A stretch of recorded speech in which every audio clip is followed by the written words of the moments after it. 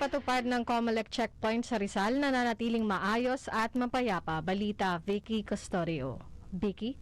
Maraming salamat mga panalig. Naging maayos at mapayapa ang patuloy sinasagawang COMELEC checkpoint kagabi dito sa Barangay Tayuman, Binangon, Rizal at sa buong lalawigan ng Rizal.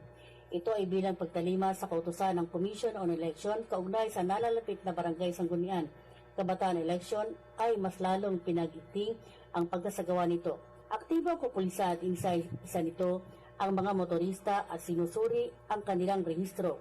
Plain view doctrine ang kanilang pinapatupad at kinakailangan lamang na ibaba ang bintana at buksan lamang ang ilaw ng sasakyan at di na kailangan na halugugin pa ang kanilang mga sasakyan.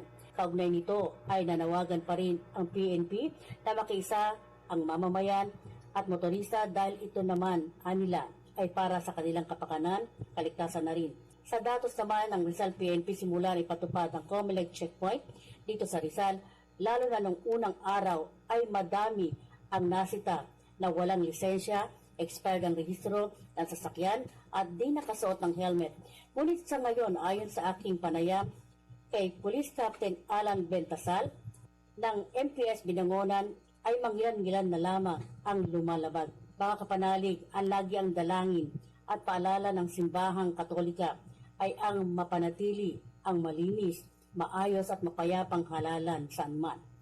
Mula dito sa Rizal para sa Veritas 846, ang radyo ng simbahan, ako ang inyong kapanalig, Vicky Custodio, sumainyo ang katotohanan. Ronda Veritas Report.